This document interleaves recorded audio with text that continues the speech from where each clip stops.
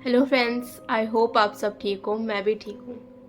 तो आज मैं आपको नासिक के एक हॉन्टेड विला की स्टोरी बताने जा रही हूँ। ये स्टोरी कोविड से पहले की है। हम सबको अक्सर पता है, ये चीज़ हमने बचपन में ज़रूर सुनी होगी हमारे पेरेंट्स के मुंह से, कि किसी पे भी बिलीव करने से पहले एक बार चीज़ों को कंफर्म ज़रूर कर लें। ये हम आज से नहीं सुनते आ रहे, बहुत टाइम पहले से सुनते आ रहे हैं, राइट। लेकिन क्या हो कि अगर वही चीज़ आपको कोई अपना बोल रहा हो, इतना अपना जिसको आप बहुत सालों से जानते हो, और आप वो चीज़ पे यकीन ना करके मजाक समझ के वो चीज़ कर दो। तो आज की स्टोरी ऐसे ही कोई इंसिडेंस पे है। लेकिन स्टोरी स्टार्ट करने से पहले आप मेरा चैनल सब्सक्राइब कर दीजिए और प्लीज़ लाइक भी कर देना। तो ये स्टोरी है प्राची की, परवेश की, नंदिनी और अभिषेक की। तो प्राची मॉर्निंग में सुबह सुबह उठ के नंदिनी के बैल्कनी के नीचे आती है और नंदिनी को फ़ोन करके बोलती है कि एक बार बैल्कनी से नीचे झाँक ना, मेरे को तुझे कुछ बताना है। तो नंदिनी नीचे देखती है, वो बोलती है तू मेरे घर के नीचे क्या कर रही है सुबह सुबह। तो प्राची बोलती है तू ना छुट्टी डाल दे ऑफिस की 2-3 दिन की, हम ना घूमने जा रहे हैं और ये प्लान हमने कल रात को ही बनाया है, तुझे सरप्राइज देना था इसलिए हमने बताया नहीं। तो नंदिनी बोलती है कि यार वर्कलोड है, तुमने पहले नहीं बताया, मैं अपना काम वाम खत्म कर लेती, मैं ऐसे अचानक से छुट्टी ले नहीं पाऊंगी। तो प्राची बोलती है यार चल ना, तेरा भी था हम कि तू साथ में जाएगी, तो हमने सब कुछ प्लान कर रखा है 4 लोगों के हिसाब से, चल यार वेस्ट हो जाएगा, पैसे हमने सब कुछ बुक बुक कर लिया है। तो फिर वो बताती है कि परवेश और अभिषेक भी जा रहे हैं। तो नंदी बोलती है कि नहीं यार मैं नहीं जाऊंगी, मेरा मन नहीं है जाने का, मेरे को ऑफिस जाना है, मेरे को वर्कलोड है। नंदिनी ऑफिस पहुंचती है और वो फटाफट अपना सारा काम निपटाने लग जाती है। उसके माइंड में होता है कि यार काश वो भी चली जाती, बट फिर भी वो अपना काम वाम निपटाने लगती है। तो फिर वो ना दोपहर के वक्त देखती है कि कैसे उसके फ्रेंड्स जो है वो विला में गए हैं। उन्होंने एक विला बुक करा होता है जो कि कम प्राइसेस पे मिल चुका होता है, प्राची पहले ही नंदिनी को बता चुकी होती है। तो वो फोटोज वगैरह देखती है, सब कुछ देखती है। वो सोचती है यार काश मैं भी चली जाती, कितना मजा आ रहा है इन लोगों को, फोटोज देखो कितनी अच्छी अच्छी आ रही है इनकी फोटोज, ये सब देखती है वो। तो अब जो नंदिनी है वो बस रिग्रेट कर रही थी, लेकिन वो सोचती है अभी भी मैं जा सकती हूँ ना, ट्रिप तो 3 दिन की थी, 2 दिन तो बचे ही हैं, इतना दूर तो है नहीं नासिक यहाँ से, मैं अकेले चली जाऊंगी और वहां जाके उनको ज्वाइन कर लूंगी। वो ऐसे कर करके 2 दिन की छुट्टी डाल देती है, लीव डाल देती है और नासिक के लिए निकल जाती है, हाफ डे में ही निकल जाती है और इवनिंग तक वो पहुंचने वाली होती है। उसने अपने फ्रेंडों को बताया नहीं होता कि वो वहाँ आ रही है। फिर अचानक से वो प्राची को फ़ोन करती है और बोलती है यार मैं नासिक पहुंच गई हूँ, बताओ कहाँ पे आना है, लोकेशन भेज दो। तो ये चीज़ वो वॉइस रिकॉर्डिंग में भेजती है, बट कोई रिप्लाई नहीं। नंदिनी अब सबको फ़ोन करती है, परवेश को, प्राची को, अभिषेक को, बट कोई उसका फ़ोन नहीं उठा रहा होता। एक्चुअली ना वो अभिषेक को बहुत लाइक करती थी और अभिषेक भी उसे बहुत लाइक करता था। रिलेशनशिप में नहीं थे, बट हाँ एक दूसरे को वो लाइक करते थे।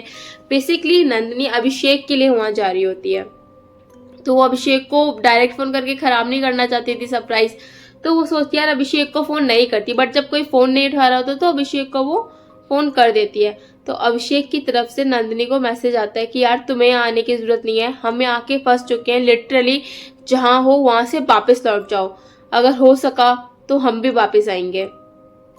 ये देख के ना नंदिनी को लगता है कि ये ना मुझसे मजाक कर रहे हैं, मैं इनके साथ पहले गई नहीं, अब ये मेरे से प्रैंक कर रहे हैं मेरे साथ। तो अब नंदिनी मानती नहीं, उनको लगता है मजाक चल रहा है। वो ना सर्च करती है कि हाँ ये कौन, नाम तो बताया ही होता है प्राची ने कि ये कौन सी विला में रुके हैं, तो सर्च करके पहुंचने लगती है उस लोकेशन पे।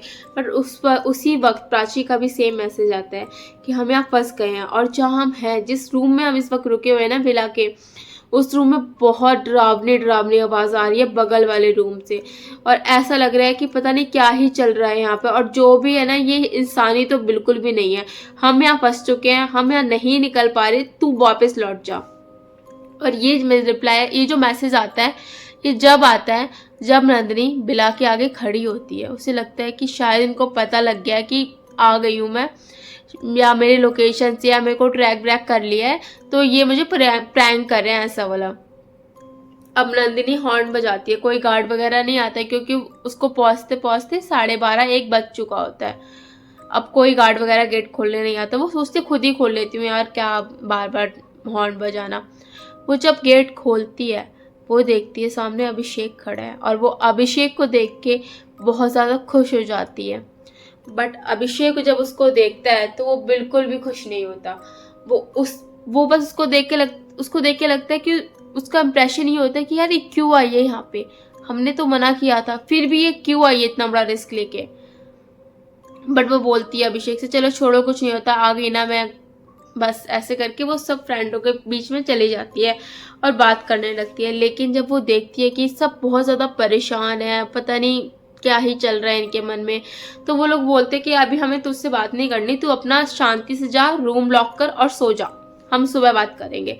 तो वो भी बोलती है कि सोचती है कि हाँ यार इतना ड्राइव करके आई हूँ, वैसे भी टाइम हो गया है, मॉर्निंग में चिल विल करेंगे, पार्टी वगैरह करेंगे। वो अपने रूम में चली जाती है और उसको नींद भी आ जाती है क्योंकि वो ड्राइव करके निकली होती है उस टाइम, वो थकी भी होती है। लेकिन 1-2 घंटे बाद उसकी आंखें खुलती हैं। वो देखती है कि कोई उसको खिड़की से झांक रहा है और ये देख के वो बहुत ज़्यादा डर जाती है क्योंकि वो उसका कोई दोस्त नहीं होता जो झांक रहा होता है।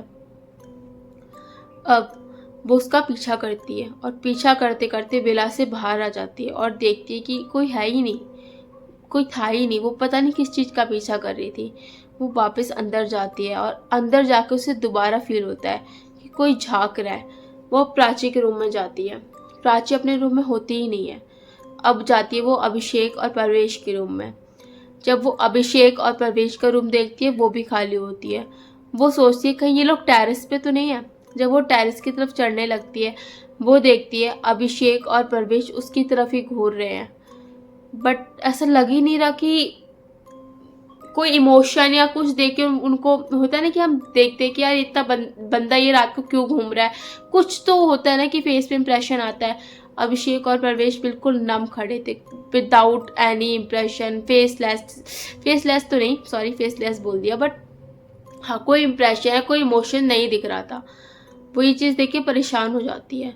वो सोचती है यार छोड़ यार, पता नहीं इनके माइंड में क्या चल रहा है, ना प्राची ढंग से बात कर रही है, ना परवेश ढंग से बात कर रहा है, ना अभिषेक ढंग से बात कर रहा है। अभिषेक से तो मैंने ऐसी उम्मीद बिल्कुल की ही नहीं थी।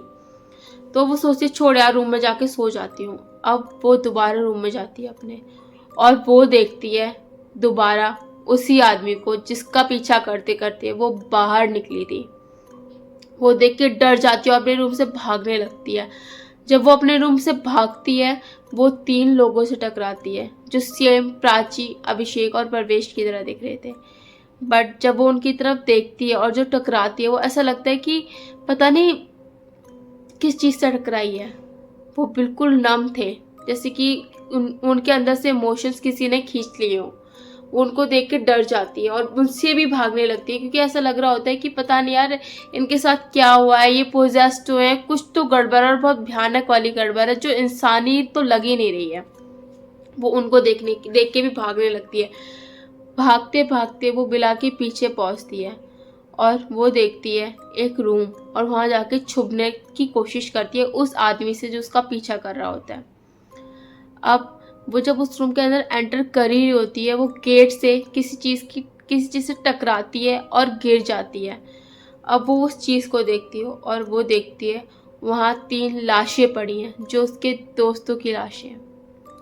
ये देख के वो बहुत ज़्यादा डर जाती है। वो बस उस विला से कैसे भी करके भाग जाती है, स्किप कर जाती है। वो वहाँ से सीधा डायरेक्ट भागती है और भाग के सीधा पुलिस को फ़ोन करती है। पुलिस आती है, तीनों की डेड बॉडी उठाती है। पोस्टमार्टम से पता लगता है कि इन लोगों की डेथ तभी हो चुकी थी जब प्राची को लास्ट मैसेज आया था। इतने देर पहले इनकी डेथ हो चुकी थी। तो अब नंदिनी को पता लगता है कि जो प्राची का मैसेज आया था शायद वो उसका लास्ट मैसेज था। उसके बाद वो जिंदा ही नहीं थी और लास्ट मैसेज उसकी दोस्त ने उसको बचाने के लिए किया था। ये सोच के वो बहुत परेशान हो रही होती कि काश मैं थोड़ा जल्दी पहुंच जाती और वो बच जाते। लेकिन उसको फिर फील होता है कि शायद उनकी जो मौत हुई है ना, वो नॉर्मल बिल्कुल भी नहीं थी। वो किसी इंसान की वजह से तो बिल्कुल नहीं मरे हैं, क्योंकि उस चीज़ को नंदिनी ने भी फील किया होता है।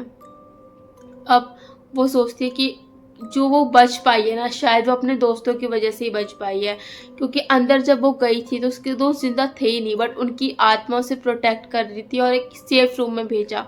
वो विला से बाहर निकल पाई, शायद अपने दोस्तों की वजह से निकल पाई। उनका वो थैंक्स करती है। बाद में वो उस विला के बारे में सब कुछ पढ़ती है और उसको पता लगता है इस विला का ऑनर तो कभी भी, मतलब 10-15 सालों से तो इंडिया आया ही नहीं है, वो इंडिया से बाहर ही रहता है। और ये आज से विला हॉन्टेड नहीं है, ये बहुत टाइम से हॉन्टेड विला है।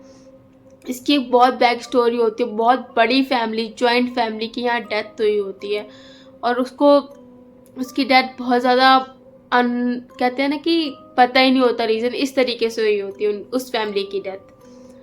जब से लेके ये विला खाली होता है और बस ऐसे छोटे मोटे पार्टी फंक्शन के लिए उठ जाता है, जिन लोगों को इस विला के बारे में नहीं पता होता, सिर्फ वही लोग इस विला को बुक करते हैं।